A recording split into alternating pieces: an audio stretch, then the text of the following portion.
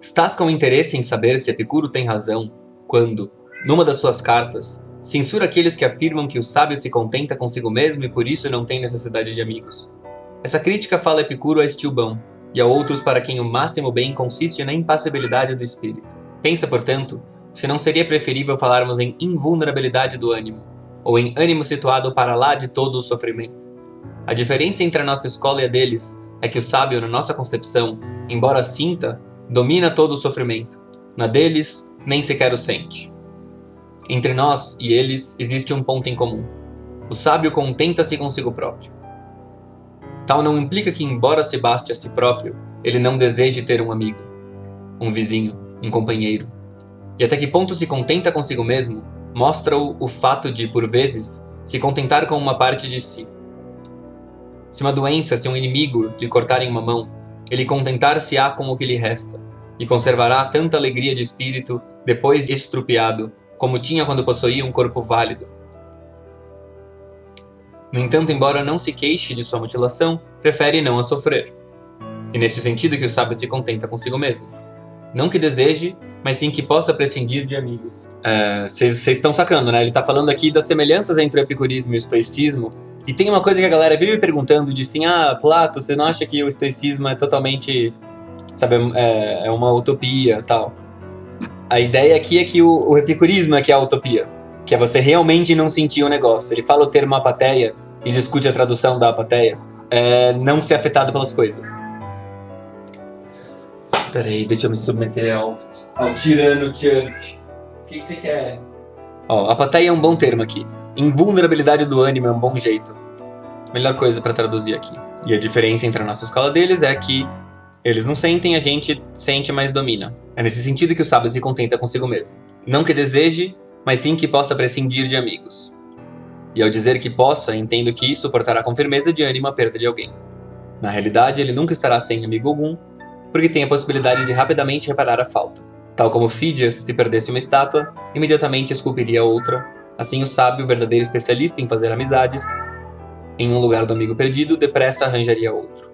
O Fídias é um cara que vai ser sempre citado nos textos antigos como o maior escultor. O cara é uma lenda, assim, tem estátuas dele por todo quanto é canto. O cara é considerado o melhor.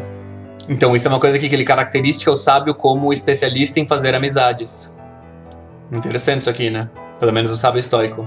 Olha lá, ele vai pagar a dívida. Lembra que toda vez ele fala ele paga uma citação de alguém. O Sêneca curte máximas, daí todo capítulo ele dá uma máxima de outra pessoa para pagar um tributo. Diz Hecatão, vou indicar-te uma receita para o amor que dispensa o recurso a filtros, ervas ou fórmulas de feiticeira. Se quiseres ser amado, ama. Tem alguma explicação para o sábio ser especialista em amizades? Sim, eu tava pensando nisso. Que tem várias coisas que ele já ensinou até agora que fazem do cara um bom amigo. Por exemplo, essa história de você não querer ficar mudando aquilo que não tá no seu controle. Isso faz de você uma boa pessoa com a qual conviver. Porque você não vai ficar enchendo o saco dos outros com tudo aquilo que você não gosta. Você vai fazer o possível e você vai, quando você for um sábio, ser muito bom em conviver com aquelas coisas que o outro faz que são diferentes ou estranhas ou qualquer coisa que seja. Porque ele faz o que ele quer, você não tem poder pra mudar isso. Saca? Essa é uma das coisas que eu acho que mais faz do sábio um bom amigo em primeiro lugar, do sábio estoico. Que é não se meter naquilo que você não consegue controlar. Não se meter nas coisas dos outros. Tem também aquela história de que o sábio estoico, ele eventualmente, ele prefere fazer o bem. Prefere ser justo. Isso daqui eu acho muito, muito importante. Uma razão pra se ter um amigo, que eu acho que tem a ver também com razão pra se ter uma mina. No mínimo, você vai querer ter um amigo pra conseguir exercer a virtude de ser um bom amigo. Live de gatos. O problema é que eu não controlo eles. Opa, ganhei alguma coisa aqui. Opa, inscreveu-se no grupo 1, Rodrigo Oliveira. Muito obrigado. Valeu pela inscrição, cara. Carolina, essa característica de não se meter na coisa dos outros também seria uma boa para um parceiro amoroso também. Sim. Ou ia parecer que o cara não se importa com o que você faz. Não. Acho que é diferente. Uma coisa não tá implicada na outra. Tipo, é muito pelo contrário. Aquilo com o que a sua mina se importa é automaticamente seu problema, entendeu? Pra você ser um bom marido. E isso aqui que ele tá falando que é importante. Você quer ter um amigo, nem que seja só pra exercer a amizade. Pra que uma tão grande virtude não fique inativa. o prazer de exercer uma virtude, entendeu? O prazer de ser um bom namorado, um bom marido, um bom amigo. Como que você ter uma mina te protege de cometer injustiças ou pecados? Porque você quer ser um bom namorado. E daí fazer essas coisas vai te fazer um bom namorado. Se você não tem a mina, se não for pelo amigo, você fica sem razões. Sabe, os amigos e a namorada e o marido te dão mais razão pra fazer o bem. Faz alguma diferença ser justo ou só viver sua vida de boa sem se meter em nenhum assunto de bom ou mal? Não sei o que você quer dizer com não se meter em algum assunto.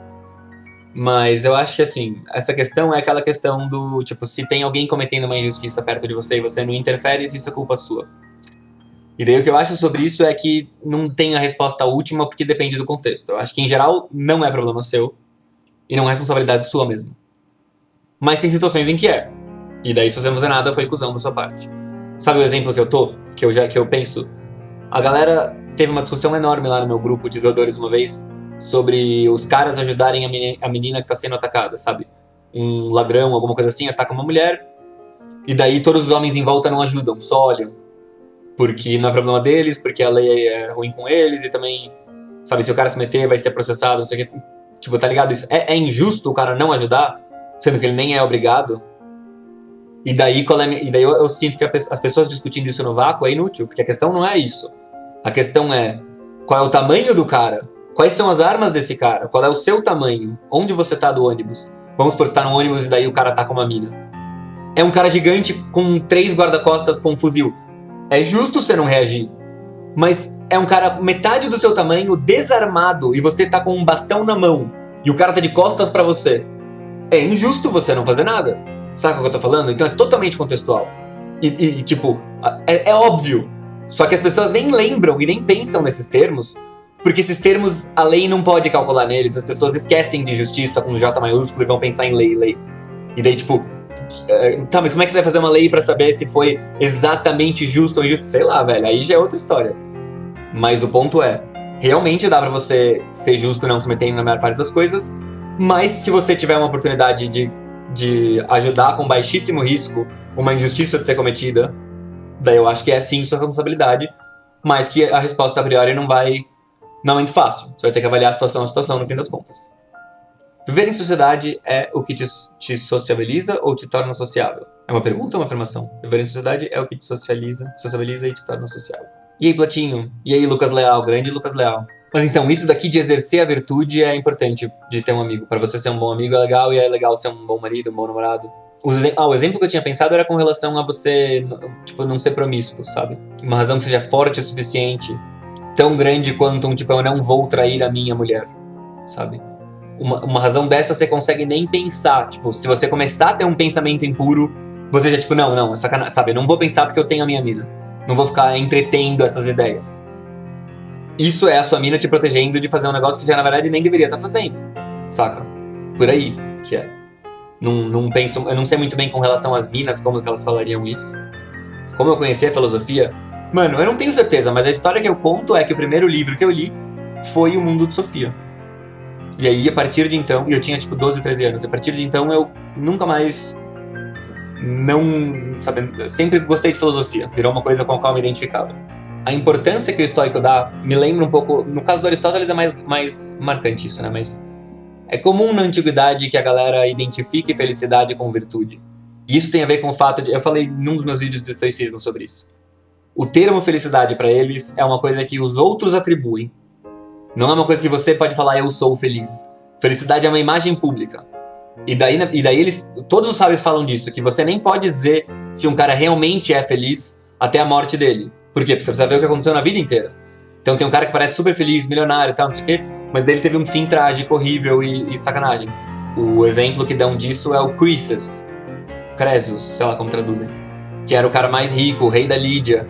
E daí ele foi lá no oráculo de Delfos, ele queria invadir o reino da Pérsia, acho. E daí ele chega lá pra Delfos e fala, o que vai acontecer se eu invadir a Pérsia? E daí o oráculo fala, um grande reino será destruído. E daí ele fala, beleza. E daí ele vai lá e ataca, e daí o reino dele é destruído.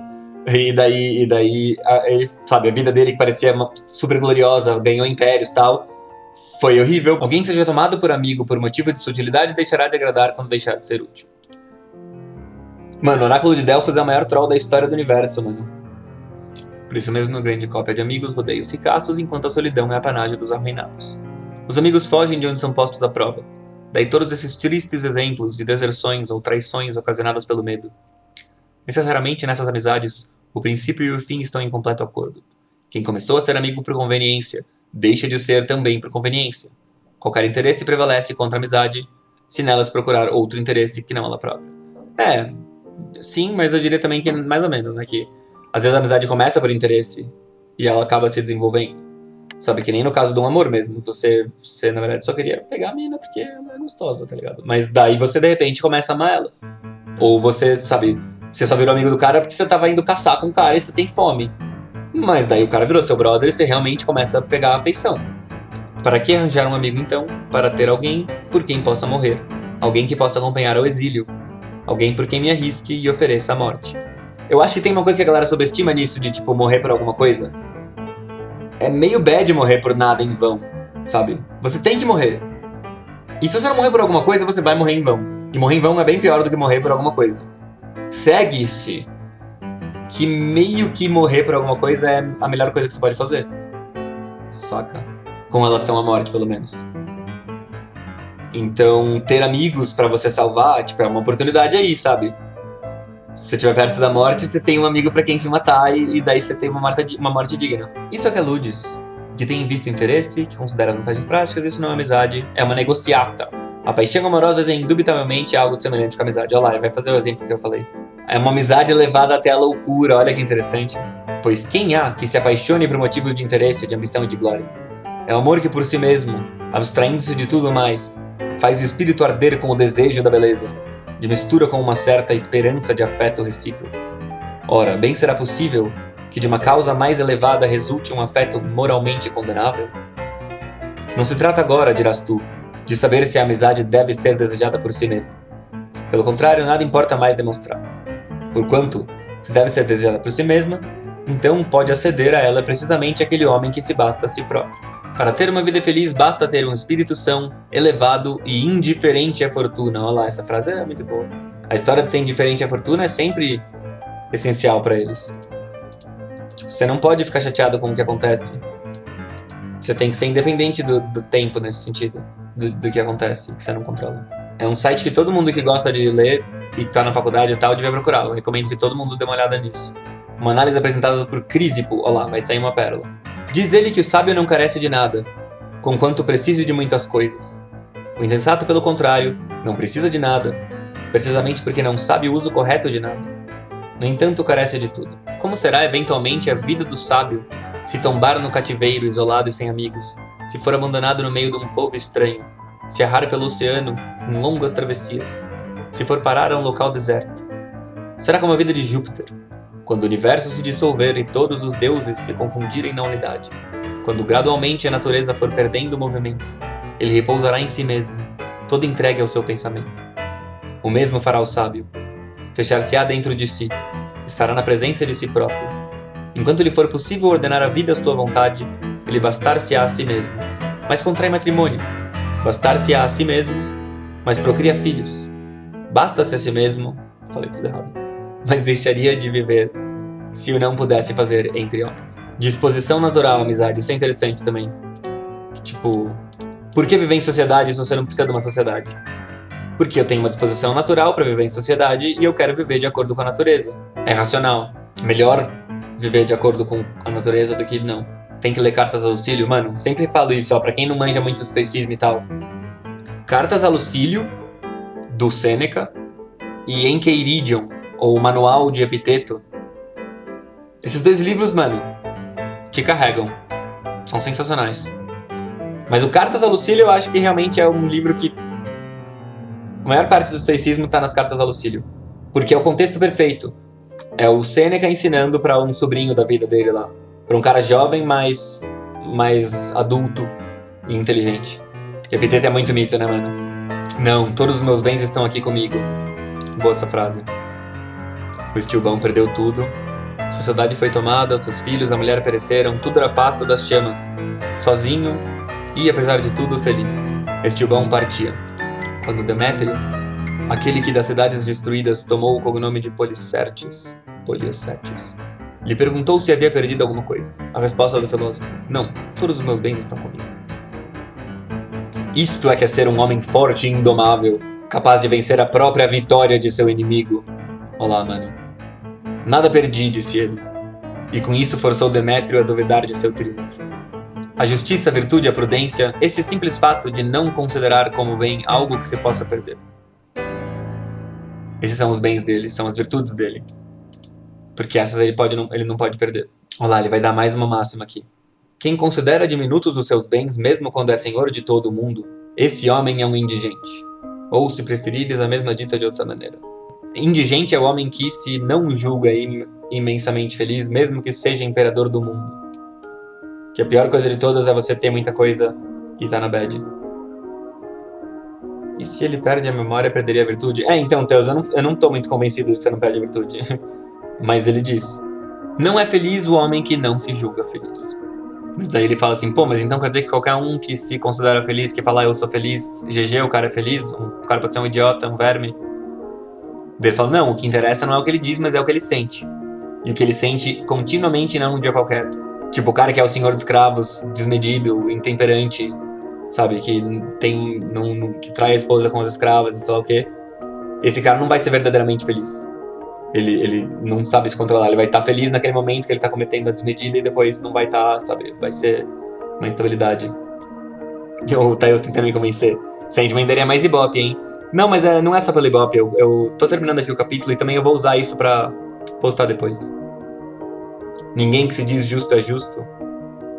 Calma, meio 100%, aí já é meio exagero, né? Depende do contexto também. É muito bom meu canal? Muito obrigado, Messimaka. E não receis que tão afortunada situação possa ser a panágio de um ser indigno. Só o sábio se contenta com o que tem. Todos os insensatos sofrem de descontentamento consigo mesmos. Tipo, essa é a medida. Se você imagina um desses caras que é mal malvado, que comete injustiças tal, e é rico e poderoso, esse cara provavelmente é infeliz consigo mesmo. Ele não consegue ficar feliz consigo mesmo. Ibope e qualidade, Sandman, Mara, tô ligado. Eu não tô menosprezando o Sandman, não. Eu conheço bem. Já cheguei a ler alguns volumes. Eu tinha uns amigos viciados na escola.